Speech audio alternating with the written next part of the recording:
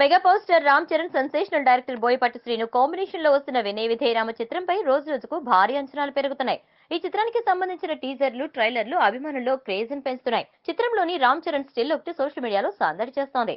వివరాల్లోకి వెళితే ఇటీవల ఫ్యాన్స్ అత్యుత్సాహంతో తమ అభిమాన హీరోల ఫోటోలను మార్ఫింగ్ చేసి సోషల్ మీడియాలోకి వదులుతున్నారు. తాజాగా సోషల్ మీడియాలో హల్చల్ చేస్తున్న రామ్ చరణ్ ఫోటో ఇంతకీ వినయ విధేయరామ సినిమాలోనిదేనా అనే ప్రశ్న తలెత్తింది. ఎందుకంటే శ్రీరామచంద్రుడి అవతారంలో కనిపించిన రామ్ చరణ్ లుక్ కేక పెట్టించేలా ఉంది.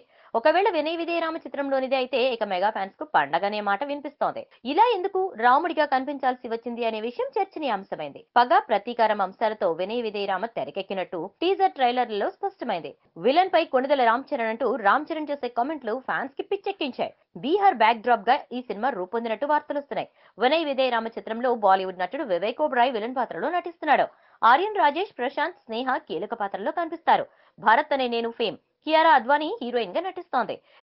ఈ వీడియోపై మీ విలువైన కామెంట్స్ ని మాతో షేర్ చేసుకోండి. అండ్ ఇంకో విషయం, సబ్స్క్రైబ్ చేయడం మర్చిపోకండి.